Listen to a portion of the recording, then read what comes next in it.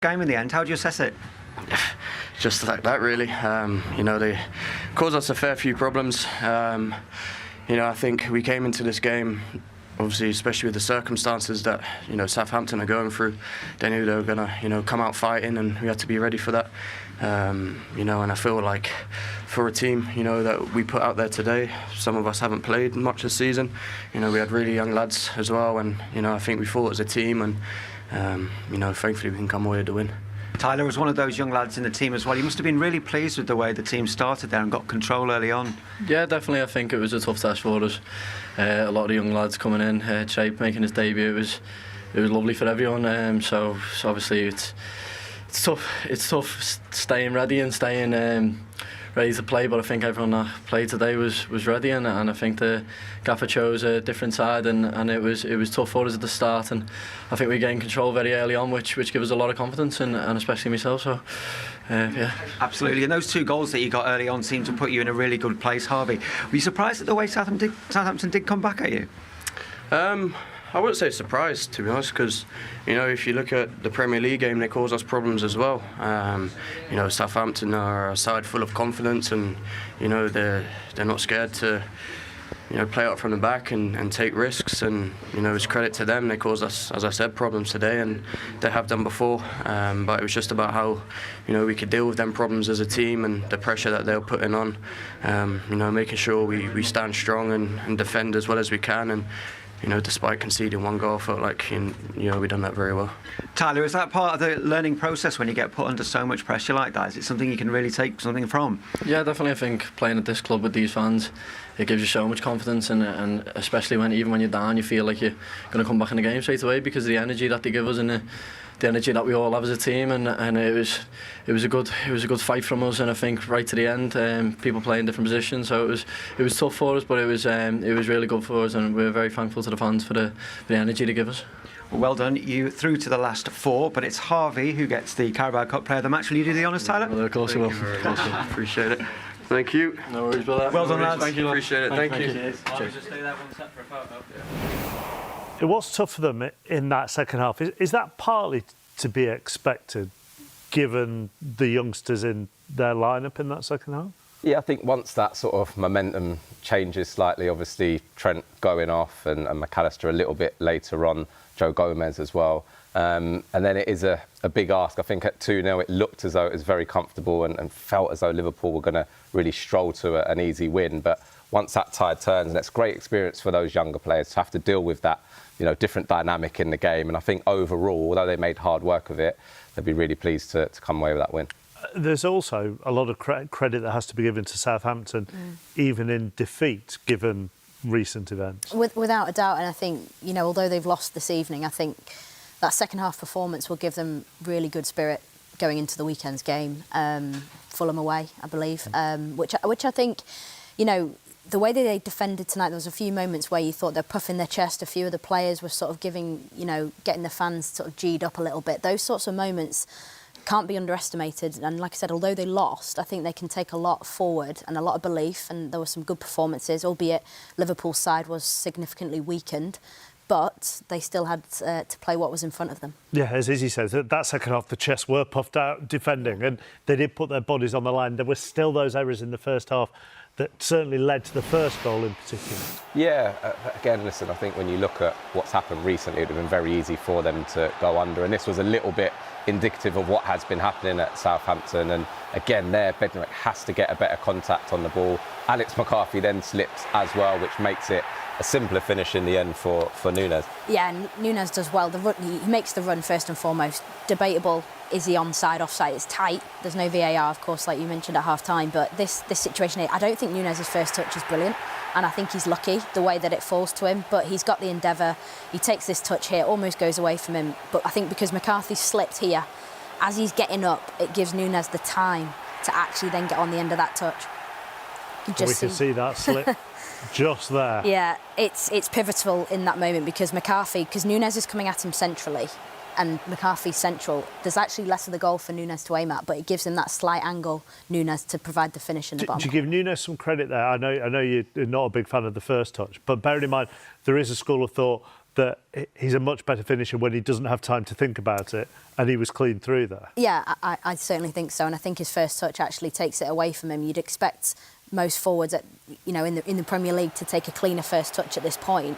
I'm being really, really picky here. He smashed the ball into the back of the net, which is the most important thing. But he isn't going to miss that. Listen, he's needed a goal, and his finishing hasn't been great this season. But if you want an opportunity to get yourself going, that is exactly it. Yeah. He needed it. And the second goal, I mean, the build-up is great here. It is, and it's all about Harvey Elliott's movement for me. McAllister, his midfield partner, drifts wide. He's bottom of the screen. And Harvey Elliott just takes a sort of central number 10 position, but it's his movement, we'll probably see it on the second angle. Finish is excellent, takes a small deflection off Manning, but we can just watch here, highlighted in the top of the screen. He goes into the space to then step out of the space, which actually gives him that half a yard to then go and take the first touch and fire across Alex McCarthy, but you can see it here even better. Defenders are in a bit of a twist, they don't know how to mark him, and the way that his movement, first touch with his left foot, right foot finish. That's the key for me in terms of putting the ball exactly where you want to have it to get that next touch, which is going to be your finish, albeit on his right side. But the way he just cushions it, takes the weight out of the ball, but puts it in front of him, yes, gets a deflection on the way through, but a really lovely finish. When you look at Southampton, so many times this season, and I know they've been criticised defensively, but you look at their possession stats or chances created stats, they're not in the bottom half of the Premier League. They're top half, but they can't score. Now, if Cameron Archer could do this a little bit more in the Premier League, then who knows? Yeah, listen, it's a brilliant, first of all, intent to go and be positive and get himself. The minute he cuts onto that right foot, again, for those of us who've seen him in the Championship, it's what he has done, and he's so sharp. And again, for me here, there's only one thing on his mind, which is what I really loved. Brilliant finish from that angle. Liverpool defending has to be better, though. Yeah, I mean, you've got to cover that inside space. You can see from his body language, he checks here onto his right foot. It's Morton who's covering, and I think he just over-covers a little bit and gives Cameron Archer the chance to sort of shape that, and what a finish. And then 3 minutes later, he had another chance which brought a good save from Kevin Kelleher. Yeah, fantastic reaction save. And just felt like the whole mood at St Mary's had changed. I think Southampton players felt certainly a lot more belief than they had done in the rest of the game. They had a really good period, and unlucky there, obviously, with that first one. This one's a great block there. Fantastic defending to make sure he gets across. And there was a real time in that game where you did feel that Southampton were going to get themselves back in it and draw themselves level. But this is a great save. In a reaction. Ballpark of Emi Martinez saves, by the way, off the back of the weekend. That's average. No, I'm really joking. I was wondering where you're going with that. That's brilliant. That's a brilliant instinctive save, and I don't think there was any more that Archer could have done. I think he's really clever with the way he Most saves look average compared to the Emi Martinez one at the weekend. Southampton do, I would imagine, we haven't heard from them yet, feel aggrieved at this. It probably wasn't a penalty. It's a foul. Absolutely. And a free kick and a red card. Yeah, I mean, the minute Quansah allows this ball to bounce, he's banging trouble. Fernandez is getting the other side of him. And at first, from behind, you may feel the ball's not going to go all the way, it's going to bounce through to Kelleher. But when you look at it from the other angle, I think that's the thing that, for me, will see it better here. Look, Quansah's got to get to the pitch of the ball and just get something on it. Doesn't. Now he's all over Fernandez, drags him down. Look where that ball stops there. Kelleher's not going to get there. Fernandez would be the one getting onto that, and for me, it's a really poor decision. Yeah, it's the wrong decision. Should have been sent off, and it wasn't a penalty. But I really like the run from Fernandez, the endeavour, and I think that's what we're talking about with Southampton. That kind of desire in the last minute to try and get back in the game. They can definitely take that through into the. Well, that's it, isn't it? Yeah. Now, okay, this is how we've done it, albeit against a slightly changed Liverpool side, but to harness some of that fight and desire, which most definitely wasn't there on Sunday when they were beaten by Tottenham. No, it wasn't. But then I go back to the point they got against Brighton in the Premier League a few weeks ago, and I thought the aggression was at its best I've seen from Southampton this season. They got a point from it, but I wouldn't say they were like at those levels of aggression tonight. But I think the endeavour and you could sort of feel it from the players in terms of they wanted it. They really wanted to improve, and they took a lot of pride. Howard Bellis, celebrating clearances off the line. I think that sort of mentality is what they need to harness moving forwards. 3 of the 4 quarter-finals have taken place. Arriva. And here we go. The good news is, our ACCA gives you insurance, free bets and big odds boosts. So whatever lets you down, it won't be your ACCA. It's a gaffer of an ACCA from Ladbrokes. They're in the semi-final. That dentist's clean feeling fades the next day because my toothbrush leaves 50% of plaque behind. So I switched to the Oral-B IO electric toothbrush. That game, Palace came back to run them close, but Arsenal are into the final four, as are Newcastle 3-1 winners over Brentford. Good home win at St James's for them. So it's a pretty tasty-looking semi-final lineup, and it'll be obviously either Spurs or Manchester United to join those three. They meet at the Tottenham Hotspur Stadium tomorrow night, after which is the draw for the semis. As you can see, delighted to have the company of Jason McAteer and Neil Mellor here in the studio. And we have our fan panel, of course we do. Delighted to have the company of Dan Morgan, of Jose Orozca from the Costa Rica Supporters Club, and Josh Williams. All three will join us with their thoughts and questions for the two gentlemen alongside me. Delighted to have your company for the next hour or so as well. We will, of course, get reaction from St Mary's on what was, fellas, quite hard work, wasn't it? We were a bit tense towards the end there, Jason. I think you're right, and breathe, I think, is the right phrase. I think after giving ourselves a really good platform at 2-0 and being in control of the ball and the game, dictating the tempo, they made a lot more hard work of it in the second half. Give credit to Southampton, they had a go, and I don't think the changes really helped Liverpool. I think they become very much disjointed, give away possession far too easily. Players were moving around positions, which is always... You've always got to be careful of that, I think, when you make so many changes. I think they'd done all right with so many changes in the first half, but then the subs came on, different positions, they just lost their way, and then they got away with it. They got away with it by the skin of the teeth. They did, with some, perhaps, officiating that maybe for a change went Liverpool's favour towards it. We'll get to that.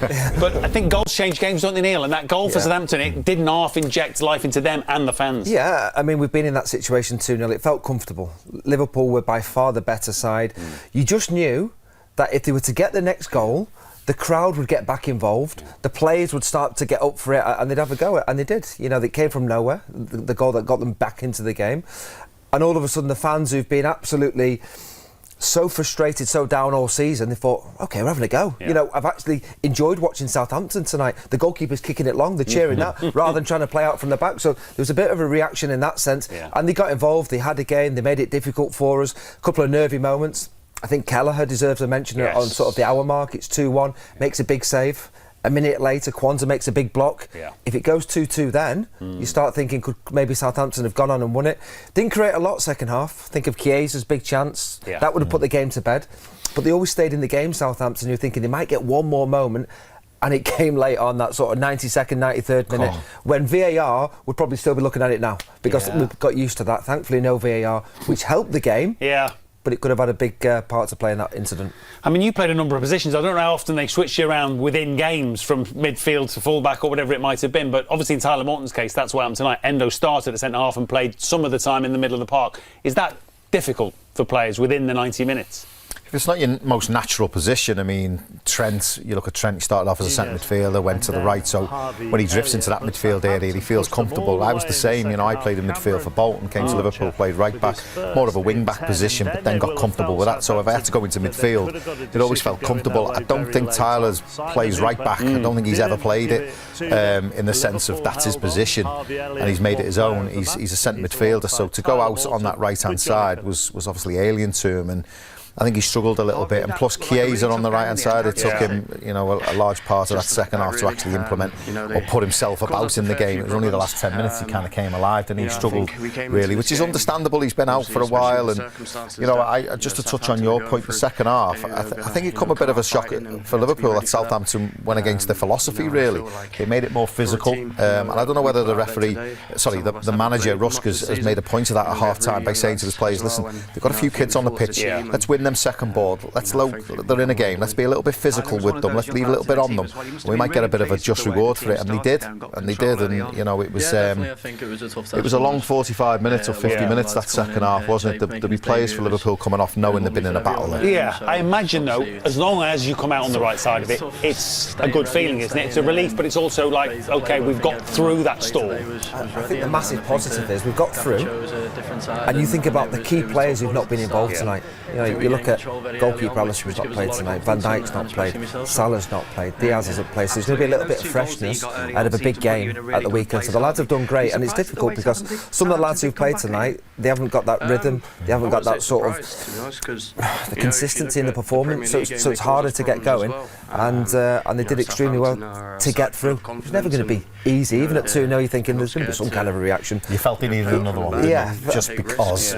Well, and also there was a lot of oddities tonight, weren't there? First time the manager's not been on the touchline to try and organise. He's got his assistants, but he's up in the stands. Lots of players either starting their first game in Harvey Elliott's case, looking for a change in one of the two players playing in different positions. Chiesa coming back. There was a lot of new things or changes tonight from what Liverpool have got into the groove of doing. Yeah, and for as much as you're on the training ground, not playing football matches, which a lot of these players don't in that first team, it's very difficult to understand the strategy, the philosophy, the tempo, the fluidity of the way they play. I mean, you look at the first team now, I mentioned it before, he's very consistent with that first team selection, and they've all got up to speed quite quick, and at times they play some really nice stuff, and you can see exactly how the manager wants to play. But tonight, it was 11 players that were basically thrown in together to say, right, let's have a look here and let's see how we play. And at times in the first half, it just looked like we were watching the first team. It was patient, they were picking the opportunities to go long, they were right at it, and they, like I said, they got their reward with two really good goals. But then second half, they just lose their way a little bit, and like I mentioned, I think that's partly down to Southampton changing their tactics a little bit, being a bit more physical. But Liverpool with a lot of new players and subs coming on, it kind of was a disjointed second half. I'm playing out of position as well. Mentioned about Tyler playing right back. Endo, thought he did great at centre half. Tsimikas has been out for a while. He comes back into at left full back. So you're thinking of three of the back four there who've not had a lot of sort of game time. Elliot playing in a few different positions. Nunez starts central, ends up left, and there was quite a lot of jiggery pokery. A lot of changes. So to get through that, and you're just hoping there's no injuries, there's no kind of setbacks before what would be a big game at the weekend against Spurs. I think Spurs playing tomorrow's a boost as well. You think about that. And what team does he pick with Sunday in mind and so on? Can he afford to? But we've made 8 changes. Yeah. I don't think Spurs are making 8 changes on that one. I think Ange's put himself under pressure at the beginning of the season by we will win a trophy. He's now got to the quarter-final stage. It's kind of like you can smell it a little bit. We mentioned with Liverpool, didn't we? Top of the show, you get to that quarter-final, you can see Wembley a little bit, can't you?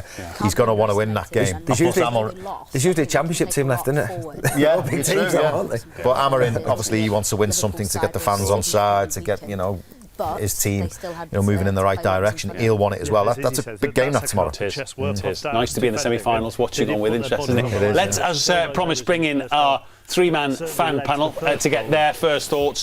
Dan, Morgan, let's start with you. Were you as tense and nervous as the rest of us?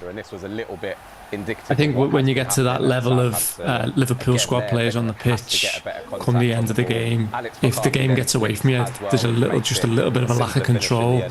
Then you're running the gauntlet a little bit, I think. So, I think it was inevitable, especially when they made a few subs as well, that they'd have a go. I think the game in loads of ways is probably encapsulated by Gerald Quanta. He has probably the game he would have wanted for the best part of an hour or just over, and then, there's that goal, and all of a sudden you're looking around the pitch and there's not a ton of adults about in terms of Liverpool's first teamers that you'd usually associate. So look, I think again we're seeing this season that they're finding ways to manage games, to play out games. It felt like Endo was single-handedly trying to run the clock down from about 70, to be honest.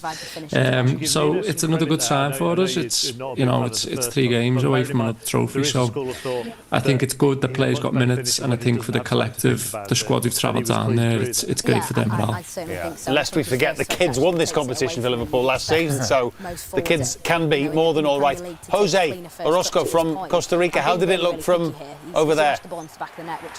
Well, I believe it was a really good game. Overall, Liverpool was the better team, and also another important thing, I believe it was the perfect game to start the youngsters and many players that haven't had many minutes. But overall, Arne's plan was, I believe it was good. We go through the next round, and also we have no injuries, no suspensions, I believe, so I think we're good then.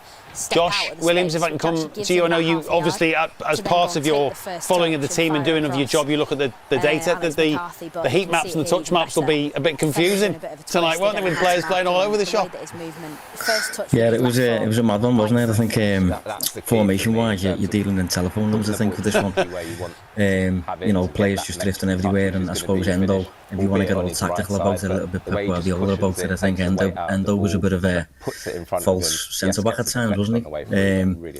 You know, players just rotating different positions. I think we start with Harvey Elliott on the flanks and then move him inside. He only swapped places with him. I think we ticked over a little bit better once that change happened. But yeah, in addition to a lot of second strings coming in and getting minutes, you know, you're dealing in experimental formations, probably a nice way of putting it. So to come out the other end, away from home, by the way, in terrible weather, with a win, it's all good. Yeah, with 8 senior bodies left wrapped in cotton wool back on Merseyside, I would hope and expect.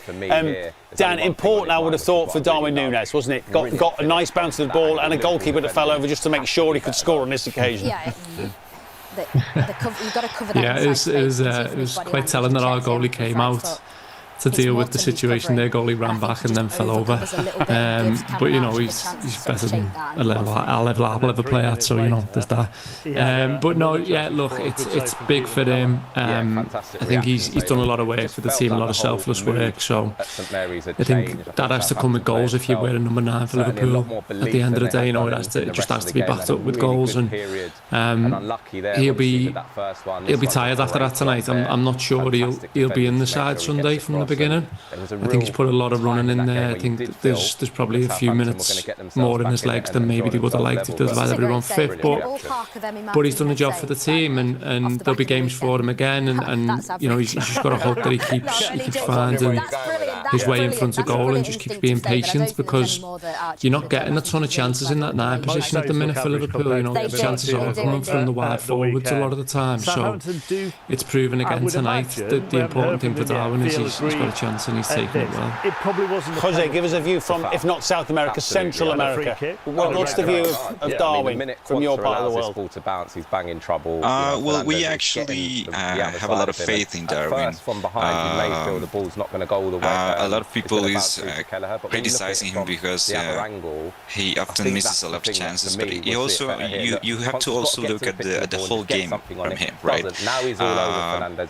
Meaning his movements and how he moves through spaces and how he creates chances as well. So it's very important that part of the game as well. Not only scoring goals, and I believe he will be scoring a lot of goals in the future, no question about it. I think that's what we're talking about with Southampton. Yeah, we got one tonight, which is good. Josh, do you think you can be a team player, or does a striker have to weigh in numbers-wise? But to harness some of that. No, I think playing for a team like Liverpool, I think you've got to offer a certain degree of output. No, it wasn't, but then I go back to the point they got against Brighton in the Premier League a few weeks ago. Our modern and I thought the aggression heritage really is built on Roberto Firmino, really, who was kind of. I wouldn't say they were like all forwards who maybe did goals the least of everything. So you know, you can. I don't say you can carry players like that. You can accommodate players like that, providing everyone around them is delivering with goals and assists and things. I think Nunez maybe offers a little bit less in terms of his all-round game compared to a player like Firmino. I think he's improving on the defensive end. I think he can connect with his midfield a little bit better.